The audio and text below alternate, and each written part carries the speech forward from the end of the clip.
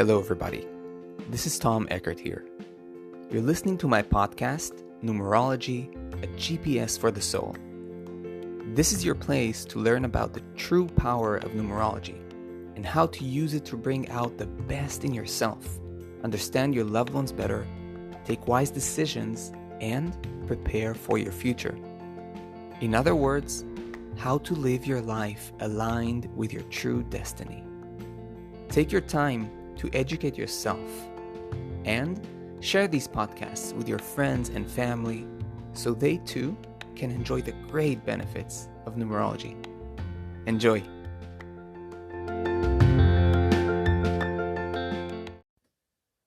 Hello, everybody, and welcome to yet another episode in my ongoing podcast about numerology. Today I'm very excited because I'm about to share with you my knowledge about a very significant and central part of your numerology chart. And although there are many calculations in your chart, we can say that there are two basic components that make up your numerology chart.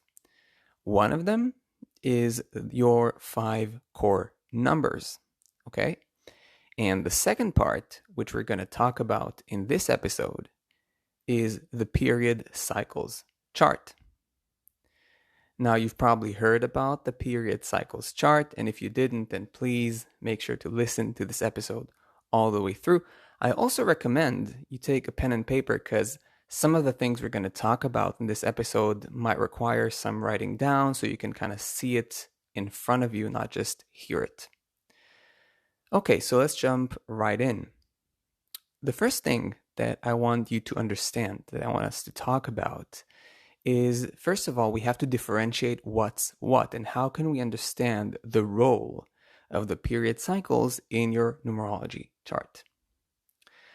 So I like to think of the period cycles chart in comparison to your 5 core numbers, okay? So the 5 core numbers, I liken them to the vehicle that you are. Right? Imagine that each one of us is a kind of vehicle. Maybe I'm a truck and you're a car. Another one is a bicycle and another one is a motorcycle. That's the vehicle that we are. These are, right, the major characteristics we have, the blueprint that we are, our major lessons, symbolized by our 5 core numbers. Our period cycles chart, on the other hand, I liken it to the road we travel on, right? The road we travel on. So there's the vehicle that you are, and there's the road you travel on. So you are born and you get a certain constitution, a basic constitution, a blueprint, right? Symbolized by your 5 core numbers. And the period cycles chart is something that it's what shows you the road you're gonna tread on, where you're gonna travel. So for example, I can be a motorcycle and you can be a truck, but we can travel a very similar road, meaning that our period cycles chart can be very similar, but a truck riding, let's say, a hilly road, a winding road, or a motorcycle riding that same kind of road will have very different experiences, therefore will produce different forms of wisdom, different forms of insights throughout life, right? On the other hand, we can be a very similar vehicle, meaning that our 5 core numbers are very similar, right? Both of us maybe are motorcycles, but we are traveling a very different road, meaning that our period cycles chart is very different than one another. And this starts to,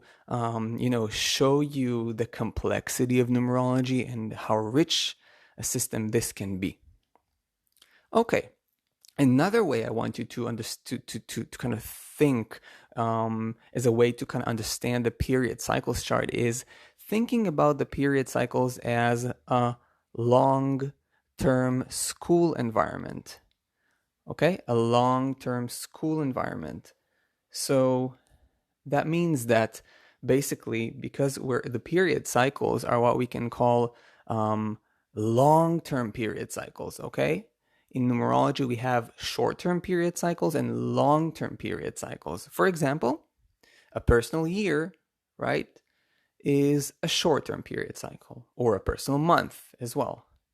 But the period cycles that we're talking about, meaning the cycle, the pinnacle, and the challenge, these are long-term period cycles, right? The minimum amount of time that one of those take is 9 years.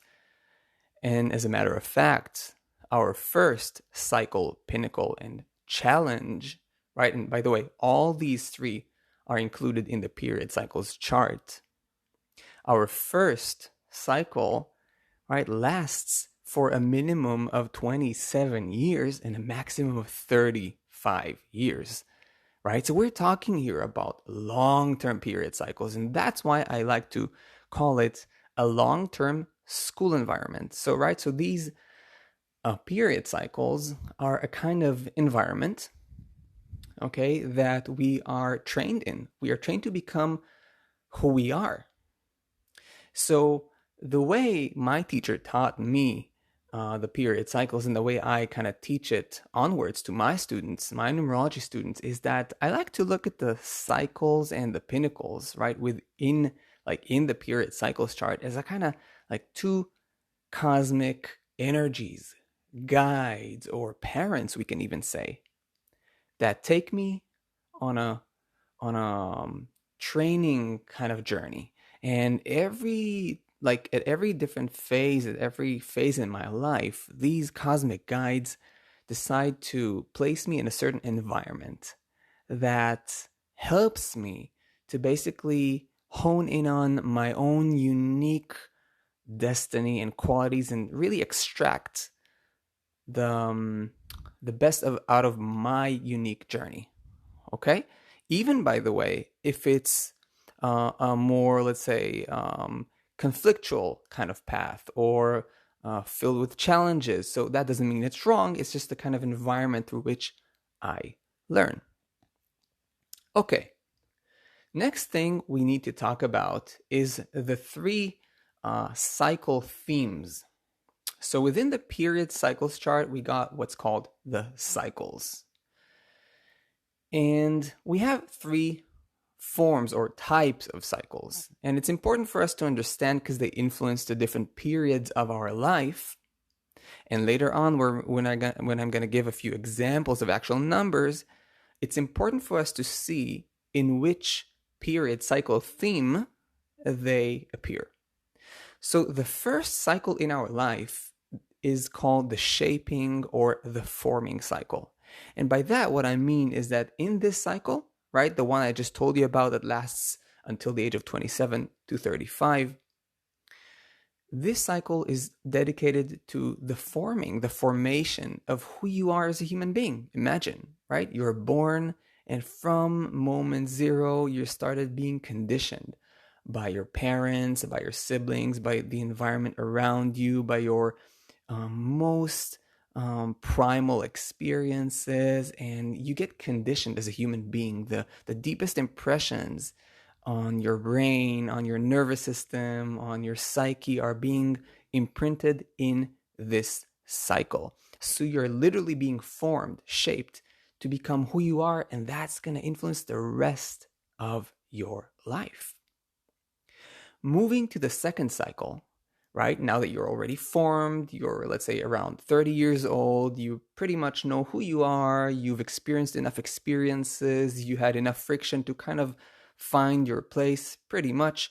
You've gained some skills, maybe you've studied, you've worked in different places, you've traveled a bit. Now we move into the manifestation cycle, right? The second cycle. And in this very, very interesting cycle, you get the opportunity to really manifest and contribute your part in the world, in society, right? It's time to put to action everything that you've learned, everything that you've become. So, this cycle usually, let's say, the duration is usually between age 30 to age 50. Okay, approximately these 20 years. Again, you see, 20 years, a very long-term period cycle. So during this time, it's a time of doing, a lot of work, career. So it's a lot of involvement in the world and also an opportunity to give what you have, to give of yourself to the world, right? We all kind of participate in this bigger organism we call society, we call the world. So that's the manifestation cycle. You establish who you are in this world. And once this cycle is over, we move into our third cycle. The third cycle is called the wisdom cycle. And by wisdom, we mean a time in our life that we become hopefully more available to deal with the subtler, deeper, more philosophical questions of life on the one hand. On the other, after having experienced all that we've experienced, right, both in the forming cycle and in the manifestation cycle, we are supposed to be now at around age 50 pretty much experienced people, and we have a lot to share, but not like in the manifestation cycle. Here we're not about sharing necessarily through a lot of doership, although this can also take that form, but through wisdom, right? We have experience, we gained a lot of knowledge, we gained perspective, and we can both share that wisdom, but we can also grow into this subtler level of spiritual wisdom, psychological maturity. So these are the three cycles by and large, the three themes of each cycle. And it's important to remember that, because if a certain number appears, it's important to understand in which of these cycles it appears, because it's going to have a slightly different influence. And it's important, and here's a point. Although I was mentioning now the cycles, these three themes, right? The forming cycle, the manifestation cycle, and the wisdom cycle, they're also valid for the pinnacles and the challenges. And again, I want to point out, I think for some people it's confusing in the beginning, the title of this entire part, okay, of your numerology chart is called the period cycles chart. However, within the period cycles chart, you have three sections. One of those is called the cycles, the other, the pinnacles, and the last one, the challenges. So you got these three sectors, right, in the period cycles chart. So don't confuse the title period cycles with the cycles, the pinnacles, and the challenges. Right? So coming back. So the three themes of the forming cycle, the manifestation cycle, the wisdom cycle, they are also valid for the pinnacles and the challenges, right? So we have challenges appearing during these different times and also pinnacles appearing during these different times. So we've already covered and said that the cycles and the pinnacles are like these two cosmic guides that literally take us into changing school environments. Literally, I mean, you can imagine it like your own parents, right? And they tell you, hey, sweetheart, we've registered you to this school now. It's a really prestigious school, or I don't know, whatever. And it's going to be 12 years now that you're going to study in this school. Imagine, it's like a long period of time. So we've covered that. But let's talk shortly about the challenge and explain it in the context of the cycles and the pinnacles. So the challenge, first of all, like any good story, right? You're not going to go and see a movie without a challenge in the plot. I mean, a plot without any kind of challenge is boring. It's one-dimensional. It's a kind of plateau. There's nothing happening. We need some kind of challenge, a point of friction that is then helping the story gain depth. And so in many ways, the challenge number plays that role in the period cycles chart. It's an expansion. It's a deepening of the story of the school environment created by the cycles and the pinnacle. It introduces a certain challenge, and it also, and this is an interesting point, so I hope maybe you've written down some of the points I've mentioned, and if not, make sure to write this one down, right? So it also explains, the challenge explains further the dynamic between a certain cycle and pinnacle, right? So these three, cycle, pinnacle, and challenge, they always appear together. And so in a sense, the challenge kind of deepens the story created by the two numbers of cycle, pinnacle. It gives you kind of a further explanation of the dynamic between those two. Okay, now don't worry, I'm going to give a few more examples as we progress soon enough. So you're going to really understand that clearly. Okay, so I want us now to jump to or move to the next part of our episode and deal with the interpretation of the period cycles chart. So, first thing that I want you to do when you look at your period cycles chart is check the level of harmony between the cycle and the pinnacle. So at every stage, whether you're in the shaping or forming cycle, manifestation cycle, or wisdom cycle, the most immediate thing you want to do is to check the level of harmony. Okay, level of harmony, for those of you who are unfamiliar with this term, first of all, it's like the blood and flesh of numerology, right? We should, in order to really understand numerology deeper, we must understand the harmony level between numbers. Otherwise, we're just not really knowing numerology. Okay. And if you want to know more about this, you can check out my self-study numerology course, because I'm teaching there all the number combinations and going much deeper into that. So there's a link to that in the description of the episode, and also in the Anchor app itself if you're listening through Anchor. Okay, so we have to check the level of harmony, and that means that, for example, I have number 2 and I have number 4. Number 2 and number 4 are harmonious together. They understand each other. Let's take another combo. We have 3 and 6. 3 and 6 are harmonious and also understand one another. And that basically tells you that during this time, there's the general theme, let's say the school environment you're going to enter, symbolized by these two numbers, is going in one direction, and the direction is pretty clear. Nobody says it's going to be all easy, but at least it's going to be clear. The theme of study is going to be clear during that time. Whereas, for example, if you have two numbers like, let's say, 1 and 2, or 4 and 5 cycle pinnacle, these energies are much more conflicted, are much more in disagreement, therefore creating a more split energy, right? Energies pulling you in opposite directions, sometimes, as in the examples I've just given, literally diametrically opposed directions. And because of that, there's more split energy, there's more conflict, more inherent conflict in the school environment you're in.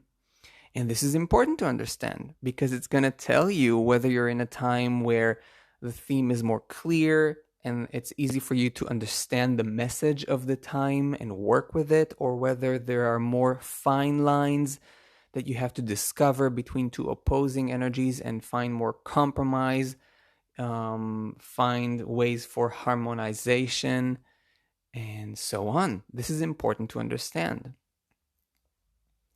Next,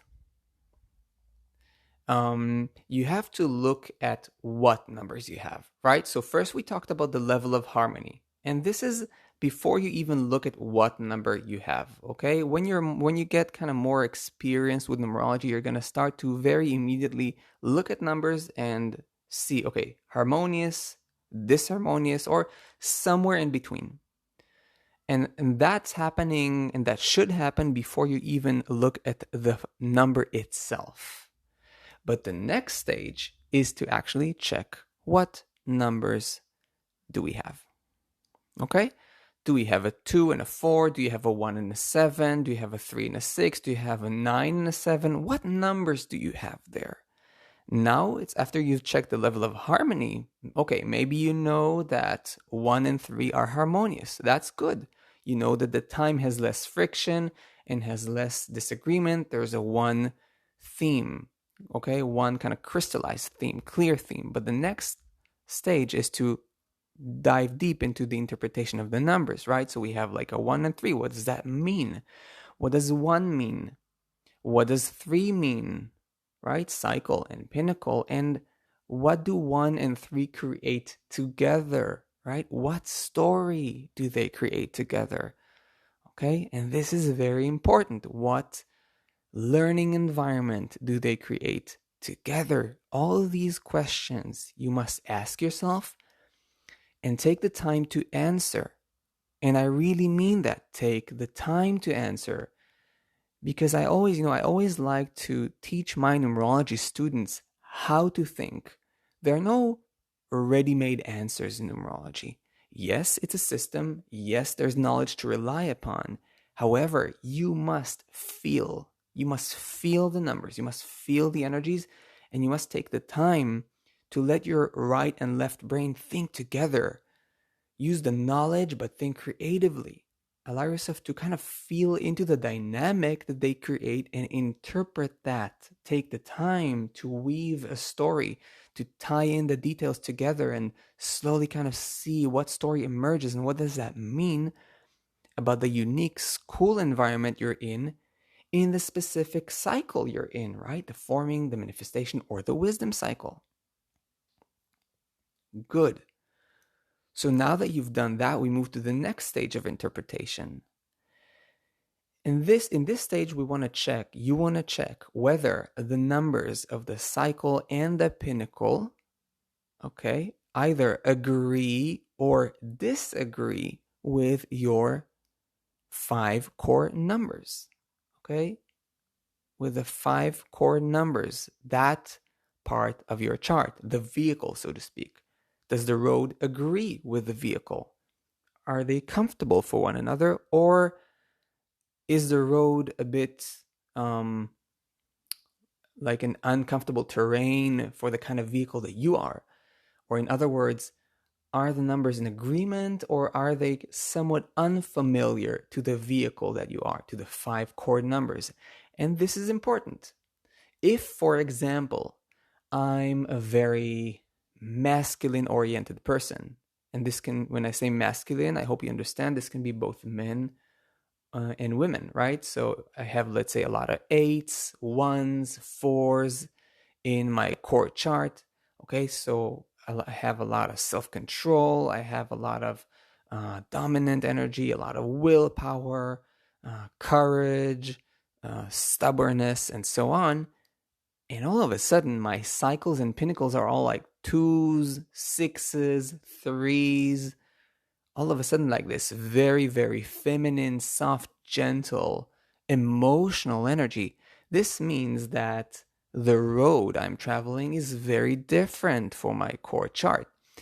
And naturally, if I tend to a certain type of character, but I'm being put in a school that's so different than my own original temperament and character, most probably it's going to be challenging, at least for a while, or it's going to create a unique kind of learning environment. Maybe really great, but still different.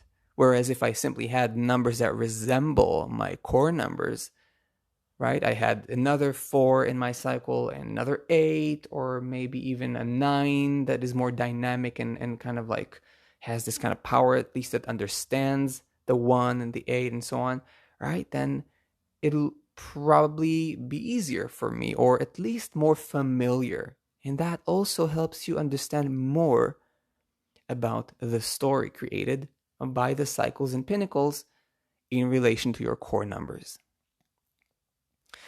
And last but not least, we want to understand how the challenge number further expands the story created by the cycle and the pinnacle, right? The cycle and the pinnacle create a certain dynamic.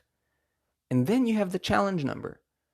What does you want? And here, I want you again, take your pen and paper, sit with your own numbers, and try to decipher this. What does my own challenge mean about my cycle and pinnacle?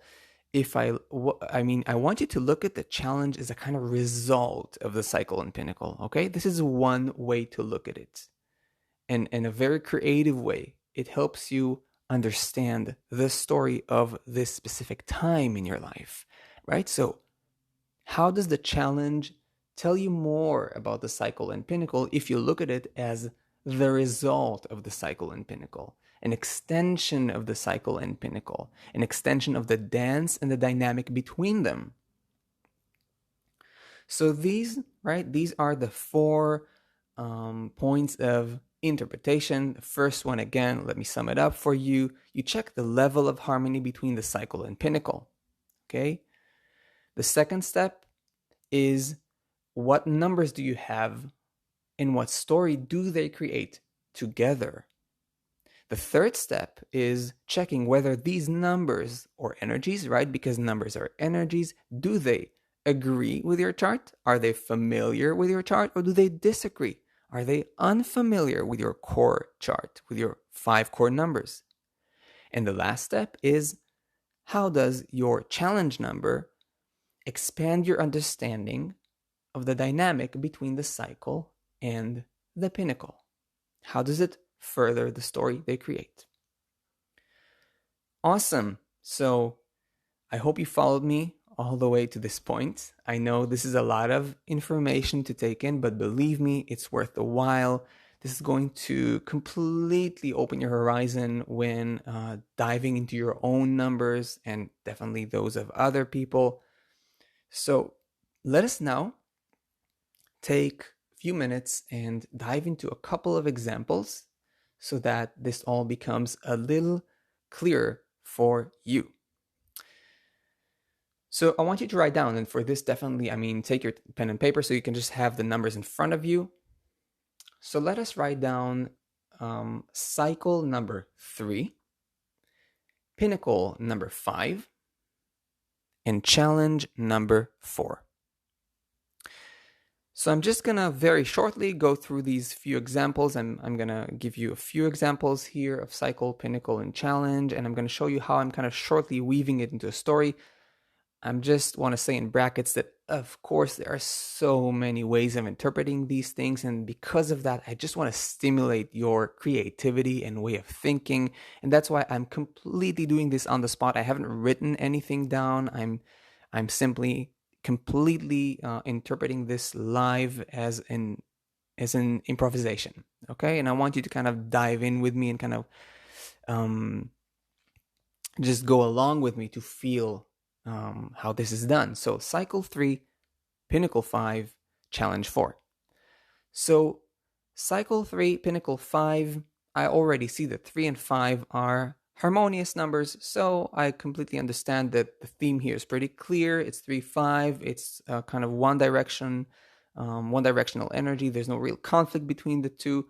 Next stage, I jump into the numbers themselves. So I see 3 and 5. I see 2 childlike number, 2 very expressive numbers, 3 tending to be more happy, tending to be more upbeat, loving experimentation, laughter, humor. So I see a time in a person's life that really calls upon expression, calls upon joy and fluidity, being in the flow, learning how to not take things too heavy, learning how to be creative, learning how to not get stuck on things, how to constantly be in a kind of movement, perhaps also learning how to see the beauty in life, how to see kind of like to connect to the energy of humor and lightness, right? So this is the kind of school environment that I see here. It can also be a school environment that calls upon me to be more communicative, socializing, learn to really blend in,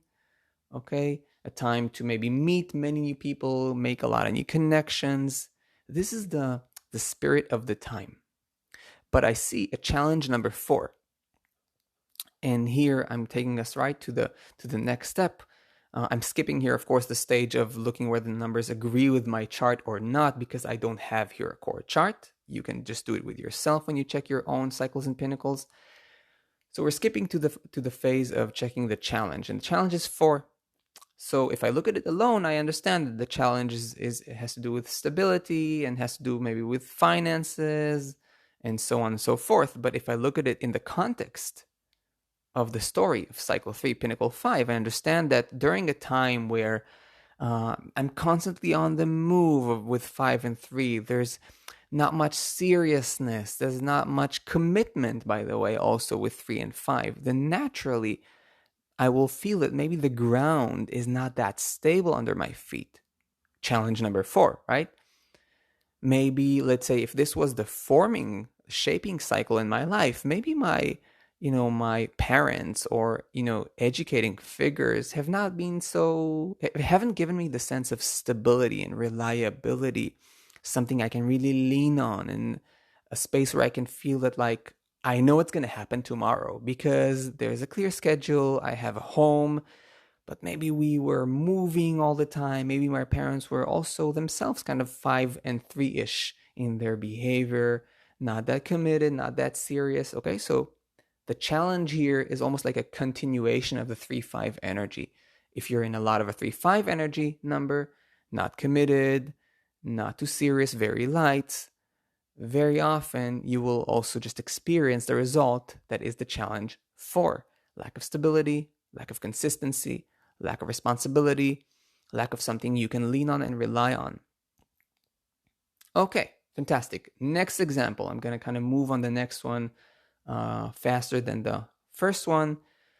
So let's write down cycle 4, pinnacle 6, and challenge 5. So I look at the cycle and the pinnacle, and I see here 4 and 6. I know that 4 and 6 are pretty harmonious. They agree with each other. So that's cool. I move on to the next stage, and I look at 4 and 6 and the story they create. And 4 and 6 are all about responsibility, family, commitment, building a home. Very often in these periods, people build a family, literally. They buy a house, they build a family, they commit, whether it's committing to your job, whether it's committing to your own family. But it's a time of taking a lot of responsibility on your shoulders. This is really the 4 and the 6 at their best. But everything has also a disadvantage or a downside, and we can see it through the challenge 5, right? Because if I have a 4-6 energy, that's my school environment. Of course, I'm going to get a lot of profit from that. I'm going to learn to be more responsible and grounded and committed and a real pillar in my own community, right? But the challenge of 5 is definitely going to be present for me here, right? The challenge 5 tells me that during this time, maybe there's too much responsibility. Maybe I'm not getting enough time for just having fun, relaxing, enjoying myself, enjoying life, feeling that kind of, that wind of freedom, that breeze, that fresh breeze of freedom and newness and freshness that the 5 allows. So I understand more about the school environment of this specific period.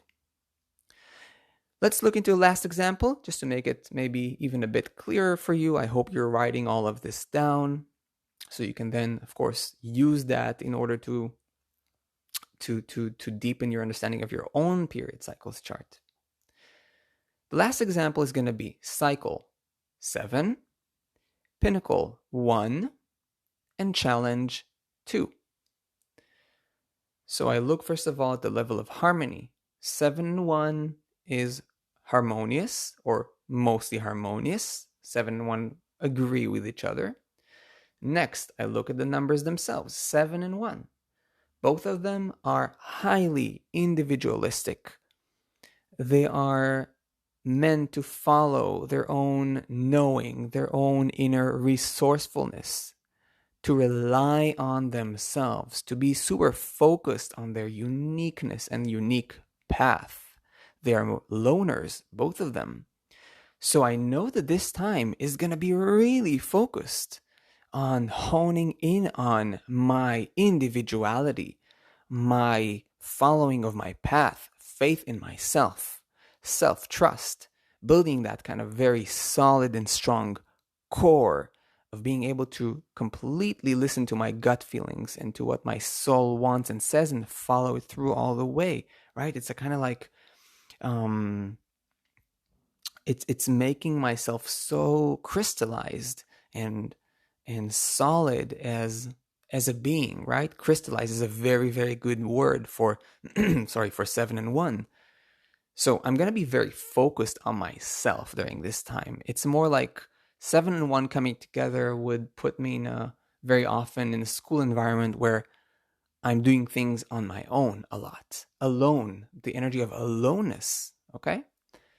And the challenge is number 2, which simply is almost like an obvious conclusion because it shows me that when it comes to relationships, when it comes to interaction with others or emotional interaction with others, I might be a little bit challenged during this time. I might feel that when I'm so focused on myself and honing in on my own path, maybe I feel like I lack that feeling of emotional closeness. Maybe it's not easy for me to get into relationships. Maybe sometimes I'm not fully understood or seen, or I cannot see others that well during this time. You see how I'm trying to kind of weave the challenge into the story of the cycle and pinnacle? Almost like a derivative, a result of their dynamic. Okay, guys, so I hope these 3 examples made this whole thing clearer for you. And I just want to throw in here a quick reminder. I'm not going to enter this because this is a whole very, very deep subject. This is something maybe that I teach to my one-on-one numerology students. However, just want to say that as a note, as a side note, just remember to interpret the influence of your current cycle and pinnacle in relation to either to where it stands, either in the forming cycle, the manifestation cycle, or the wisdom cycle. So I'm going to leave this to you, right? Think when a certain pair of numbers and challenge appear, right? In a certain cycle. Let's say you have a 2 and 4 in your forming cycle and a challenge 5, and you have these exact same numbers, but in your wisdom cycle. Try to understand what's going to be the difference, right? Because you're in slightly different phases in your life. Therefore, the influence is going to be slightly different. Take the time and think about that. Okay, my friends. So I hope this episode gave you more food for thought. I want to say that the period cycles chart is a very, very important and insightful part of your chart. So for sure, make sure to integrate that in your readings and in your analysis of your own numbers. This is fundamental stuff, super important. And I want to say that if you want to study numerology deeper, and I'm sure many of you do, and if you want to do it at your own pace, I want you to check out my self-study numerology course. You have the link in the description of this podcast. You also have the link. So I think, okay, but forgive me if I'm wrong, but I think that you're supposed to have the link to my website on the podcast platform. It should lead you directly to the self-study numerology course. It's a super cool course, really professionally made, and you can simply take it at your own pace. If you're one of those who wants to go really deeper and even perhaps professionally into numerology, you can contact me for my one-on-one numerology students, where I read numerology studies, right? Where I really work on a highly professional level. And for that, you can simply click on that same link and use the contact form on my website and simply drop me a line, and I'll be super happy to get to know you and dive deep into numerology. Okay, guys, I wish you a lovely rest of day, and I'll see you in the next episode.